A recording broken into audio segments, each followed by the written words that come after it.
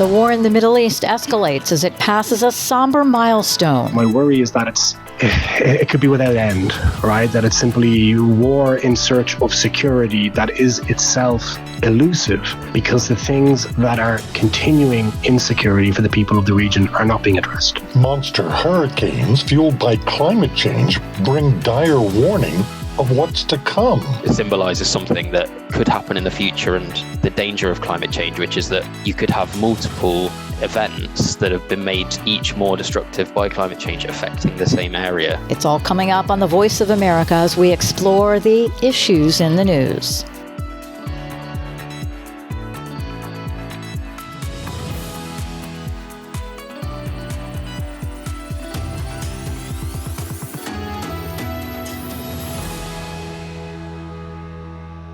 Hello, I'm Scott Walterman. And I'm Lori London. On Monday, October 7th, the one-year anniversary of the Hamas attack on Israel was commemorated. The October 7th attack scarred souls. And on this day, we remember all those who were brutally killed and suffered unspeakable violence, including sexual violence, as they were simply living their lives. UN Secretary General Antonio Guterres marking the somber occasion, while also noting the year-long Israeli military campaign in Gaza that has left more than 42,000 Palestinians dead, millions displaced, and a catastrophic humanitarian crisis that continues to worsen. And while its war on Hamas continues in Gaza, tensions rise with Iran as Israel expands military operations targeting Hezbollah in Lebanon. We spoke with John Lyndon, Executive Director of the Alliance for Middle East Peace. When you reflect on 1 year, could you have imagined the horror that the world has seen since then, after months of warnings from the U.S. and world leaders of a potential escalation of an all-out regional war? Could you ever imagine all of the things we've seen from then until now? No, is the very short answer. I mean, the violence we saw on October 7th, I couldn't have imagined on October 6th. I was one of those people that's been warning for years that we're facing a catastrophe if we don't address the underlying issues of the Israeli-Palestinian conflict. So I knew something would happen, but I don't think I was prepared for just the level of violence and dehumanization and horror. And I guess in retrospect, I should have understood that was going to set the tempo and the precedent for the year that followed, where events following October 7th were similarly very difficult to have imagined or anticipated without October 7th. I look back at things I wrote in, say, late October, November, assuming just kind of pro forma that there was going to be a ceasefire within the next weeks or months, right?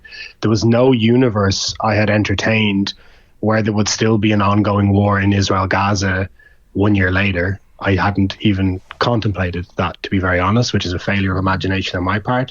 And then equally the expansion of the war to southern Lebanon and now direct confrontation between Israel and Iran.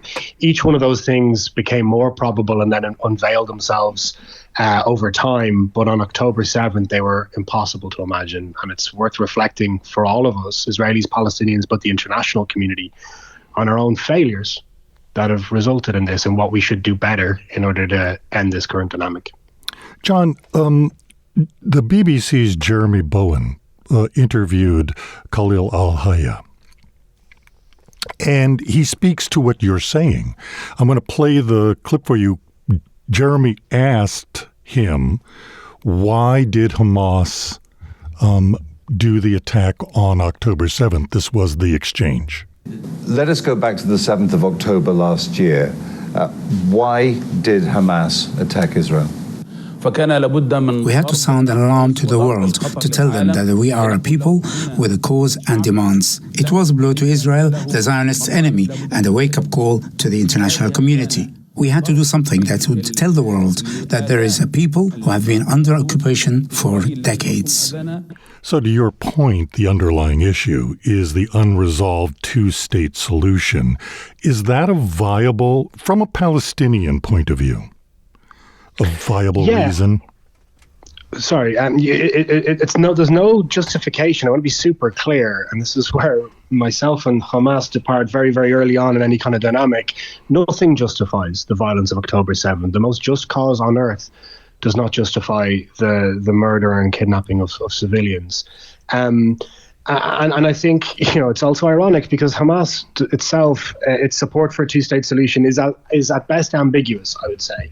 But the underlying kind of continued conflict between Israel and the Palestinians, that is why we are where we are, which doesn't place culpability on one side and not the other. It's a failure of a dynamic between both peoples over a past century to resolve a conflict that is resolvable. That's one of the most frustrating things about this. There has probably been no solution to any conflict in human history as deeply researched as the two-state solution that you reference. It's never been a lack of a concept or a formula. What there has been a lack at different times in different parts of the triangle, right? The Israelis, the Palestinians, and the international community. What we've lacked is the right sort of conditions in each of those three corners in order to push us towards real conflict resolution. And so, I really wish that we had seen the world reprioritize Israel-Palestine during a period of relative calm, because I think you would have been dealing with much more rational politics than we have right now. But, knowing what we know about human nature, unfortunately, that tends not to be how things work. And we have seen crises very often in the Middle East precipitate big political and diplomatic changes. So I think the only, we're talking on the anniversary of October 7th, and nothing is going to justify or make right the incredible losses on that day and in the 12 months since, with tens of thousands of people dead as a result of what has now taken place. But the one thing that might be a bookend to what we've seen is that it's the last Israeli-Palestinian war, right? That historians of the future look back and see this as being a turning point, when enough Israelis and Palestinians looked over the precipice and realized that they didn't want to follow this path of dehumanization and mutual horror and disenfranchisement, and that when the international community finally got serious about an issue that they've been paying lip service to, and really, in their own way, dehumanizing Israelis and Palestinians by thinking they were sort of these sort of diplomatic chess pieces on a board, rather than millions of human beings whose lives are intertwined, and that there's an obligation the international community owes to them to try and really meaningfully end this conflict that we have had a part in continuing ourselves over the past 100 years. Yeah, that's kind of leads me into this question of, were the U.S. and world powers really genuine in their condemnations, and then in the months that followed, or were they actually complicit in ignoring even international law and world order? I mean, to expand the lens a little bit, we're not living in the greatest moment for the kind of system of international norms and order, right? They're being infringed at the margins or in the center in many different places around the world. Every single power, in my view, is guilty of some degree of hypocrisy about where they're applied and where they're ignored. And I think it's, taking it out of Israel-Palestine, that's a very dangerous situation for us all to be in. Number one, for the reasons around insecurity and global sort of fragility, but also every one of the biggest problems we face as an international community requires cooperation multilaterally and norms being applied. We just don't live in an era where any individual power is able to remake events around them to their preference, right? It's not the world we inhabit, and I think there needs to be a reflection on what has failed over the last year, about the hypocrisy that many people can see, about the different application of rules and norms, certainly, but also they're all negative things, right? And it's important to be self-critical. What are the positives? Where are the areas where we think there is participation and cooperation that we can deepen? What are the new norms or laws or institutions we can put in place? Much like after previous crises, we've seen, the creation of institutions to really fix problems that have become endemic. And on that, I think it really needs to come out of the corridors of power internationally and actually into the homes and lives of ordinary people. Like the UN and international institutions, they feel very remote to Israelis and Palestinians, and arguably to most people around the world. What we really need is institutions that speak directly to citizens and civilians and empower and strengthen them in their work. Paradoxically, we've seen the United States, European countries, others issue statements that don't really seem to have any grip or traction on events in Israel-Palestine. But you know what does have grip and traction is movements on the ground. They actually shift the politics. We've seen it over and over again, whether it's hostage families, the families of bereaved Israelis and Palestinians. They have driven prime ministers and presidents to take positions they didn't want to take because of the bottom-up pressure that they apply. And if we empower and radically scale their work, it actually could be a far quicker journey from where we are to somewhere much better than a series of UN resolutions or presidential speeches. And I feel like it's something that we've always missed in Israel-Palestine. It's been a conflict that's been mediated in smoke-filled rooms, whereas actually citizens on the ground have the greatest agency and also skin in the game to be able to shift things much more substantially. You know, in that regard, and you're not the first person that's said to us, this is a turning point in the Middle East. In the last year, can you speak to the people you're talking about, the citizens of the Palestinian territory, the citizens of Israel and of the greater Middle East? Because I still hear, while I hear what you reference, the families of hostages and the people, some people in Gaza who want all of this to end, I still hear both people on both sides saying we have to kill them. That's the only solution. Just in the last couple of weeks in northern Israel, there were people in that population who were in favor of the Israeli attacks on Hezbollah. Right, and at the same time, I heard a hostage family member just the other night saying Netanyahu's ignoring the will of the people. We don't even care about winning. We just want our people home. Each society contains multitudes, right? Like so all those things are true. And I would also say that the trauma we're seeing right now, it brings out different people in different people, different aspects or reactions in different people.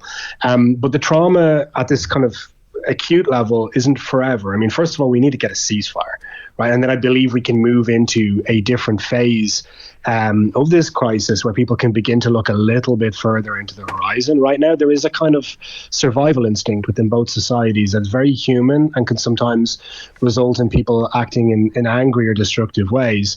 But at the same time, we have also seen the work of peace-building organizations and leaders radically expand since October 7th. I mean, we lead a network at Allmep of over 160 organizations, and well over a quarter of them have radically expanded their work from before October 7th. So you can see it just there. And I'm obviously biased because I spend my time every day with Israelis and Palestinians that want to work together for peace, equality, and justice.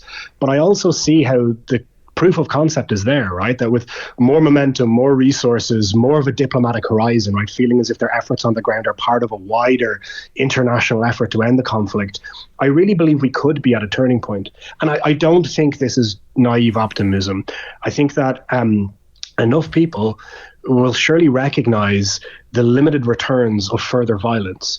And I really want to put a cautionary note out to some of the things that we're hearing internationally. There is a lot of kind of almost messianic talk. I think you're getting it from people who are pro-Palestinian and pro-Israeli about how violence, about the application of just a bit more violence, a bit more war can remake the Middle East and arrange all these variables in a way that is more pleasing to you. This is a region that has had more war, more weapons sent into it than any other for the last 5 decades. If the problem was a deficit of violence, I think we would have known it before now.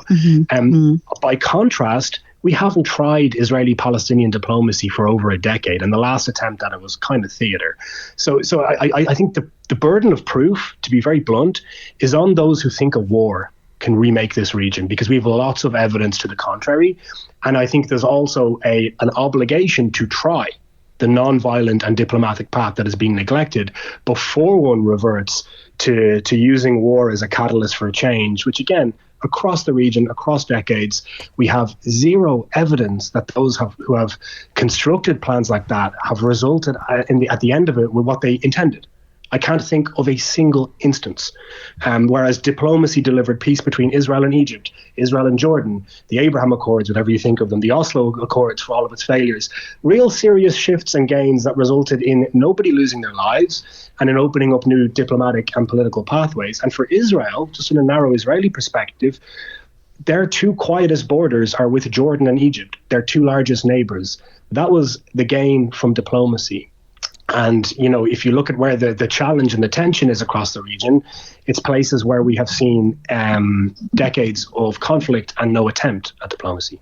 Do you see the parallel between the 67 war and that piece with those two nations and what we're seeing now and this triangle of Israel, Iran, and the proxies?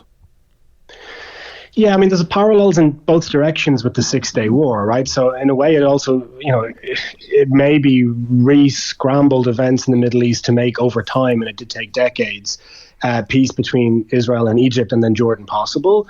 But it also kind of cursed Israel with the acquisition of all of this territory, which in my view is one of the prime drivers for their insecurity today. Right, if Israel had not ended up militarily occupying the West Bank and the Gaza Strip at the end of the 6-Day War, or if it had found a way to be able to return that land in exchange for peace and diplomatic recognition, we'd be in a radically different place right now. And the other thing is, there's a differentiation between violence reordering things and, yes, potentially opening up new opportunities via its dynamism when the violence has already taken place. So we are a year into this war already. It is the most violent war in the Middle East in living memory. Surely that's enough violence for whatever dynamism or disruption is required to be able to open up diplomatic avenues. If you're saying we need to now expand the worst war in recent memory further into the future with more direct confrontation and more insecurity, it's just it's a very dangerous proposition, particularly when you haven't tried to figure out a diplomatic off-ramp for this moment. And again, I'm putting myself, I guess, in the shoes of Israeli strategists when I'm thinking this way, but violence and war ultimately are political tools. They're ones I don't like very much, but that's usually what they're there to, is to engineer and open up different political and diplomatic opportunities. I'm not hearing a clear articulation of what the political and diplomatic endgame at the very end of all this war is supposed to be. And if it isn't something that's able to address the underlying issues that have resulted in decades of violence, then my worry is that it could be without end, right? That it's simply war in search of security that is itself elusive, because the things that are continuing insecurity for the people of the region are not being addressed. All right. And of course, the next occupant of the White House will inherit one of the most perilous crises facing a modern president. John Lyndon is executive director with the Alliance for Middle East Peace. We are so grateful that you took the time to speak with us. Thank you. Thanks, John. Thank you very much.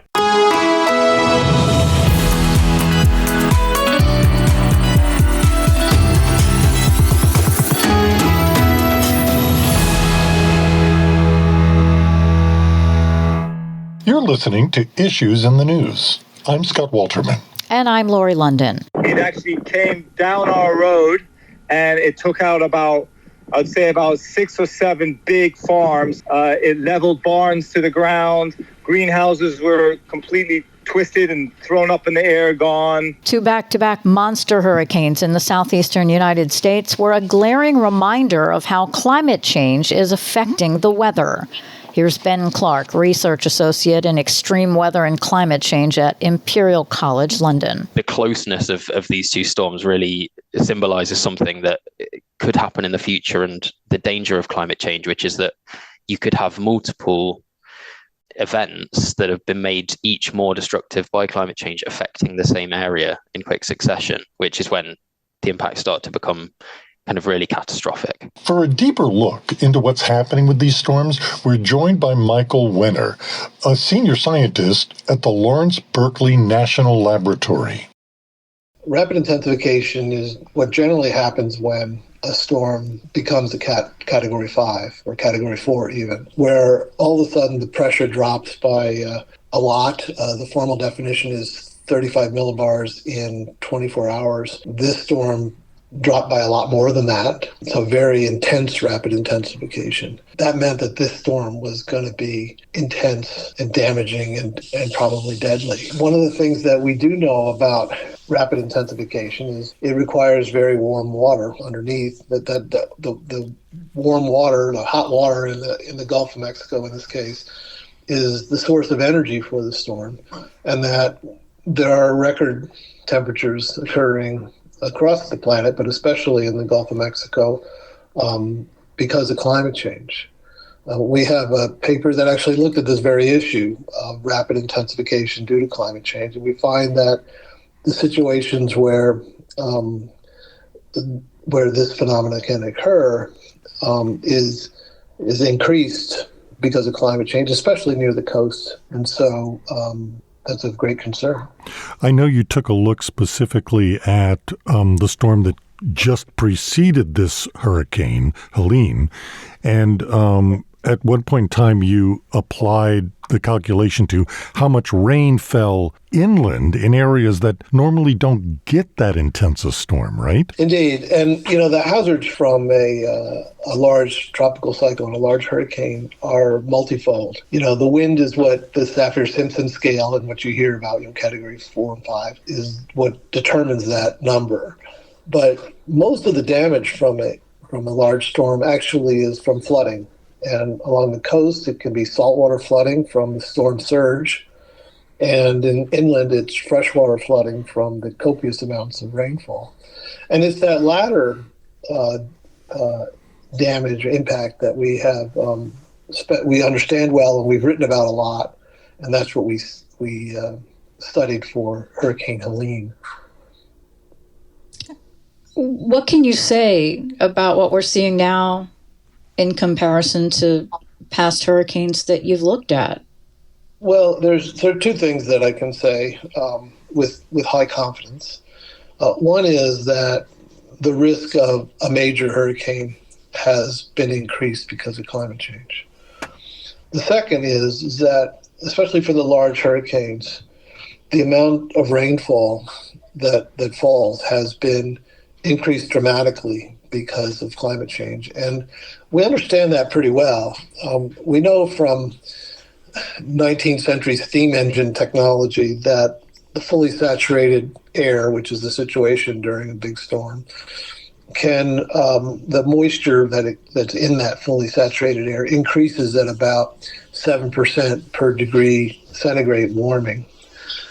But what we find in these studies is that the rainfall increases at a much greater rate, usually 2 to 3, or even this in Helene, even higher than that, times that 7% per degree. So we find results more like 20 or 30% increases in rainfall, which is really substantial. And the reason for that is that not only is there increased available moisture, but there's increased energy because everything is warmer. And that increased available energy, means that the winds are a little bit stronger. And a little bit increase in the winds, the horizontal winds, increases the vertical motion, the updraft they call it, in the storm. And so the storm is more violent, and this more violent storm is more efficient at raining out this available moisture. So you sort of have a double whammy. You've got more moisture and increased efficiency. And so it leads to these rather large rainfall amounts. Globally, right, if you apply this same foundational principle around the world, we're going to see these kind of weather events, no matter where you are, become worse and worse because we're still warming the planet, no? Well, indeed, and we're already seeing that. We have another paper, Jim Costin, who's a former NOAA scientist, and myself, in the Proceedings of the National Academy of Sciences, proposing a hypothetical Category 6 extension of the Saffir-Simpson scale. And Hurricane Milton did not quite reach our threshold of 192 miles an hour, although it came close. But there have been 5 storms in the last decade that have reached that threshold, and none before that in the historical record. That is frightening. We thought so. Michael, thanks so much for the time and the insight. Thank you very much. Michael Wehner, a senior scientist at the Lawrence Berkeley National Laboratory. And that's all the time we have this week. On behalf of all of us here at VOA, thanks so much for listening. For more news throughout the week, listen to International Edition Monday through Friday, The Issue, also Monday through Friday, or visit us anytime at voanews.com. Join us next week for more issues in the news. Until then, I'm Lori London. And I'm Scott Walterman.